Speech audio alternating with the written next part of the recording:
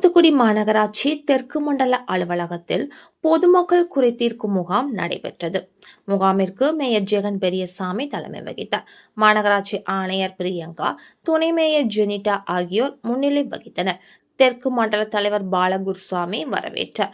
இதில் பிறப்பு இறப்பு சான்றிதழ், ரேஷன் கார்டு, முகவரி மாற்றம், புதிய குடிநீர் இணைப்பு, பாதாள சாக்கடை இணைப்பு, கட்டிட அனுமதி உள்ளிட்ட பல்வேறு வகையான மனுக்கள் வழங்கினர். மனுக்களை பெற்றுக்கொண்ட மேயர் ஜெகன் பெரியசாமி பேசுகையில், தமிழக முதலமைச்சர் மு.க.ஸ்டாலின் உத்தரவிற்கிணங்க 18 மாத காலமாக குறைதீர்க்கும் முகாம் நடைபெற்று வருகிறது. இந்த பகுதிக்குட்பட்ட 15 வார்டுகளிலும் சாலை பணிகள் நடைபெற உள்ளன. குடியிருப்புகள் குறைவான உள்ள பகுதிகளுக்கும் ஃபேவர் பிளாக் சாலைகள் அமைத்துக் கொடுக்கப்பட்டு வருகிறது. மழை பெய்தால் கோரம்பலம் குளத்திலிருந்து முள்ளக்காடு, முத்தியாபுரம் வழியாக கடலுக்கு செல்லும் 12 கிலோமீட்டர் வழித்தடத்தை சீர்படுத்தியுள்ளோம்.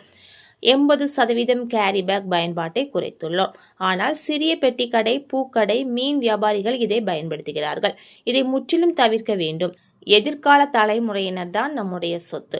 இந்த மண்டலத்தை பொறுத்தவரை உங்களுடன் ஸ்டாலின் முகாம்களில் வழங்கப்பட்ட மனுக்களுக்கு தீர்வு கண்டுள்ளோம்.